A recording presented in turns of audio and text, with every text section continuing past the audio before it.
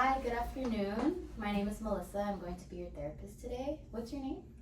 Pacey. Hi, Pacey. I'm so happy to have you here today.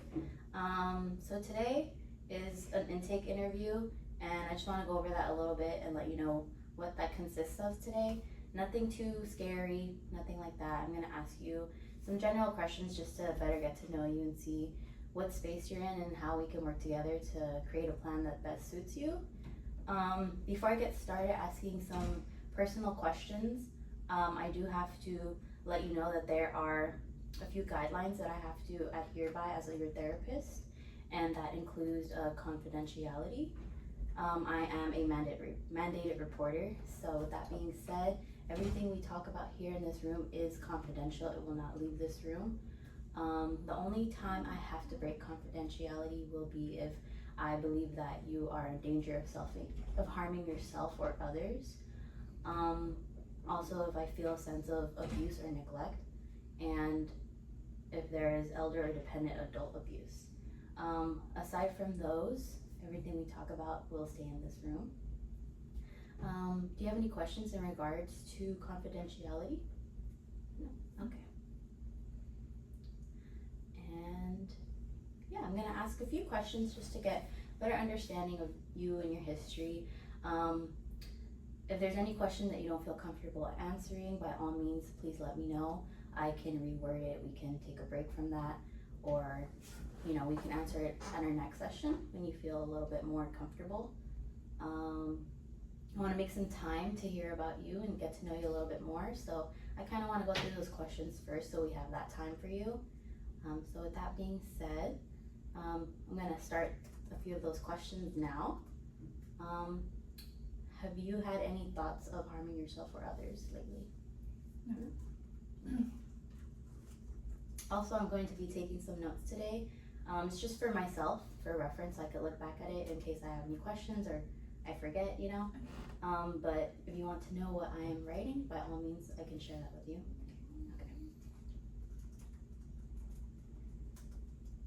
Okay. And what brings you in today? My mom told me to come here. Your mom told you to come here? Yeah. Okay. And why did your mom want you to come in today? I've been, I guess, like hearing voices recently. Mm-hmm. It's been going on for a minute, and I think she just wanted me to get some help. Okay. And these voices, how often do you hear them? Every other day, if not like every day. Yeah. Okay. And these voices, what do they tell you? Or what do they share with you? It's kind of hard to say, but they're usually saying that I messed up or that I shouldn't have been gone. Mm-hmm.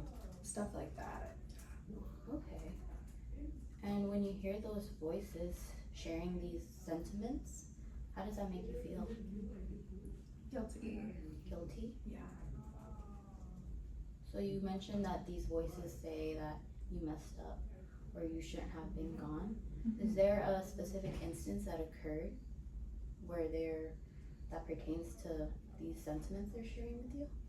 Yeah. It's like when I was in college a couple years ago, I don't know, my whole family told me that I shouldn't go to college so far from home because we're Filipino. It's like a big deal for us to stay together and stuff. Mm-hmm. But I really wanted to go to school in Chicago, and while I was there, my sister passed away. Yeah, she had leukemia, and I don't know, I just felt really guilty for leaving in the first place. And then when all that happened, it just I just kept thinking about it, and then now I hear a voice telling me that I messed up. Mm-hmm. Yeah. I'm sorry to hear about the loss of your sister. I know that can be very difficult, especially seeing how family is really important, and it seems like your family is very close to one another. Yeah. Yeah. Yeah, she was my best friend, so it's really hard.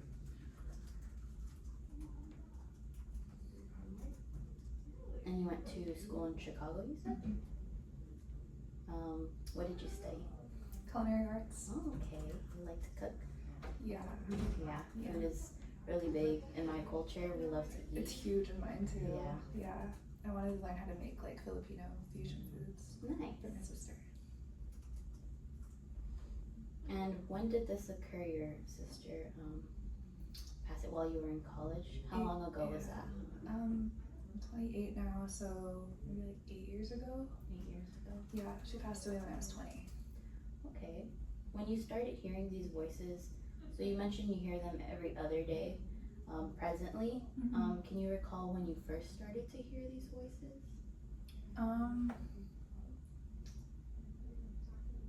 I think it was like right after she passed, or not like right after, but like a couple of months after she passed, when I was like packing up my stuff to move back home. I never finished school because it was just like really overwhelming, and yeah. No, that can definitely be overwhelming, and I'm really proud of you for, taking the steps needed to take care of yourself. It's not easy. Okay. Do these voices ever tell you to harm yourself or others by chance? No, No? it's more so like they just tell me that like I messed up. Yeah, and it's not really like voices. It's more just like one voice. One voice? Yeah. Okay. Yeah. Does this voice, is it feminine, masculine, a woman, man, Masculine. child? Yeah, I Masculine? think it's like, I don't know. It like sounds the way that I think that like God is. Like, Okay. you know, sometimes you're in church and like you hear like the priest talking. Yeah. It's kind of like what it reminds me of. Yeah. Okay. A masculine voice. Do you have any religious or spiritual practices that you and your family? Yeah, we're Catholic. Okay. Yeah, the school I went to was Catholic. And how has that been when you were younger, growing up in a Catholic household? Do you feel some safety or serenity and groundedness in that space, or? I think I used to. Mm-hmm. Yeah, I think when I was a kid I definitely did, but after my sister passed away, I think I got really mad at it, at like the church and everything, so yeah, I don't, yeah. Okay. Is there anything that helps you feel grounded, or an activity or hobby that you enjoy doing that kind of quiets that voice down sometimes when it comes up? I think when I'm cooking. Cooking? Yeah, like specifically when it's just me at the house and I get to cook. Okay. Yeah, when I cook things that like my sister used to eat that she really liked. Yeah. That like really helps. That sounds amazing. It sounds like it's a good way for you to connect with her in spirit. Yeah, we used to cook together, so I think that's. Food will definitely bring people together. Yeah. Okay.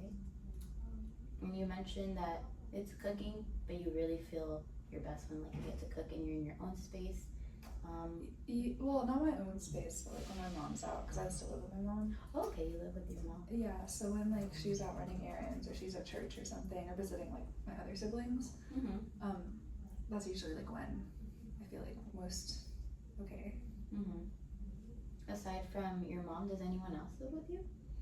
No, it's just me and my mom. The rest of us have like moved out. Okay. Or they're like at school. Yeah.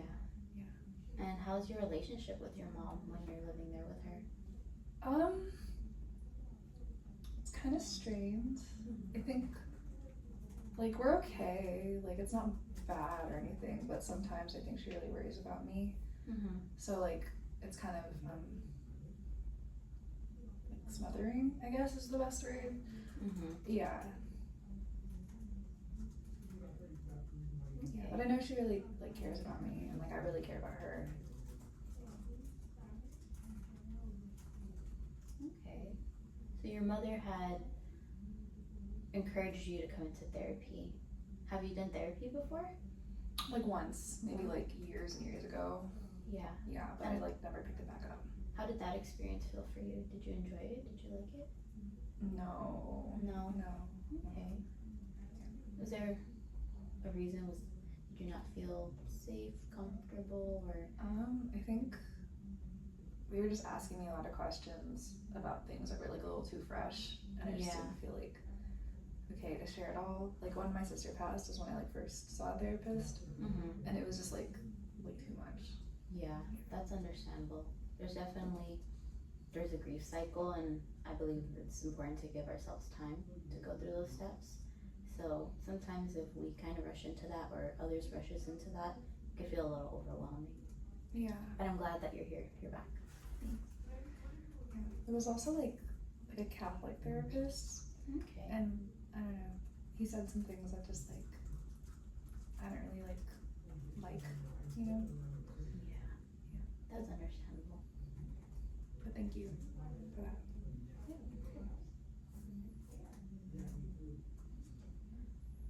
How do you feel about the voices that you hear in your head? Do you feel like you want like assistance or need some help? Or do you feel like you need therapy in this moment? Kind of, I guess. I think I'm like, it's like hard for me to like admit that, you know, but I do think I would like some help because like it does get in the way of like, you know, just like life and stuff. Mm-hmm. It gets in the way of what type of things? What does a typical day for you look like? I really don't do much. Mm-hmm. I think I just kind of, well, my mom is like, you know, like the smothering thing. She like is nervous that I'm gonna have like a panic attack or like a breakdown somewhere because it's like happened in the past. So she just kind of like encourages me to like stay at home all the time. Mm-hmm. And I'm kind of tired of just being home all the time. Yeah. Yeah. I can imagine. I mean, when it's gloomy and it's a rainy day, Yeah. I feel like I'm trapped and I just want to go outside, get some sun, some fresh air. Yeah. You know, Yeah. people watch. Yeah, so that's kind of pretty much it. I just like wake up and like I'll cook like breakfast for myself and then I'll just like stay at home all day. Mm-hmm. And like if my mom needs to run errands, like she'll ask me if I want to go with her. And then that's pretty much it. I just like stay home all day. Okay. Yeah. So your mother's concerned that there might be a risk or potential for a panic attack. Mm-hmm. How often do you get those? Because I know you mentioned that you'll hear the one voice Mm-hmm. every other day. Yeah. But how often would you say that the likelihood of a panic attack occurs for you? It really depends. I think like twice a week usually is when it happens. Okay. Yeah. It's usually in places like that are like that have like a lot of people. Okay. So you had mentioned the panic attacks. Before you have a panic attack, do you feel anything in your body or any sensations that kind of lead up to that? Yeah, like my heart rate picks up for sure. Mm-hmm. I get like really short of breath. Okay. I notice that like my vision gets kind of blurry sometimes. Mm-hmm. I do get a little sweaty. Yeah. Okay, and that's before the panic attack. What about during? How do you feel when you're in that state? Kind of like fuzzy, I think. Mm-hmm. Like a lot is going on. Like I'm hearing a lot. And so I think because of that, I'll either get like, I've been told I get like really active, and I'll start like thrashing a little bit on the ground, or I'll get like really quiet and just like stare into like space. Yeah. Okay. Do you hear the voice when you're having? Mm-hmm. Mm-hmm. Yeah. Is the voice repeating that statement of you shouldn't have gone? Mm-hmm. Yeah. Yeah.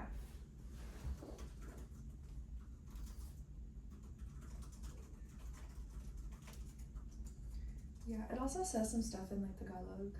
Yeah. I can't really translate it because it's kind of hard, but I think the best translation would be like it's messy. You know, it's like you're messy kind of stuff. Yeah. Okay. Magulo.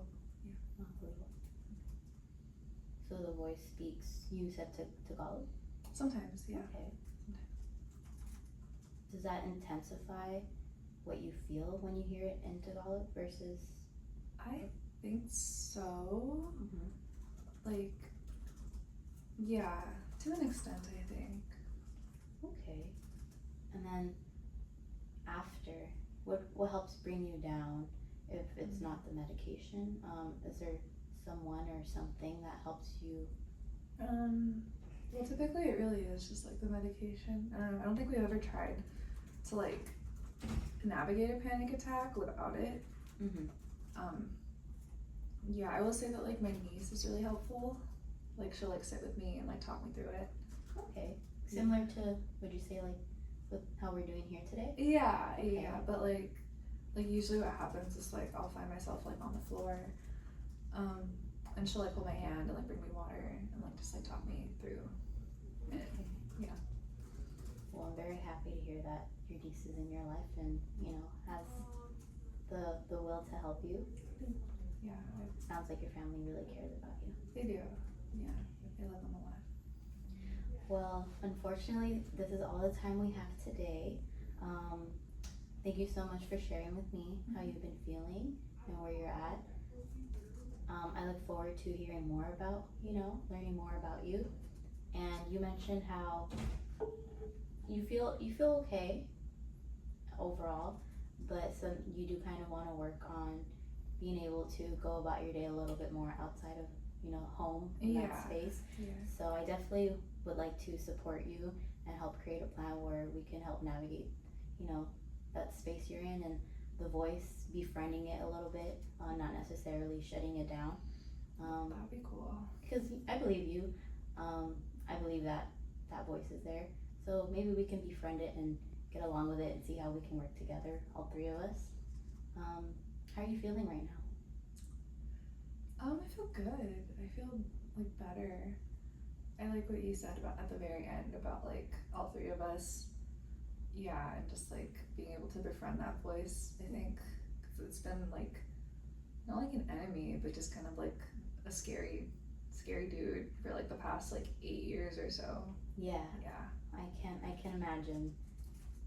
So I get overwhelmed when I go in public and I hear so many voices. People are talking to me, so Yeah.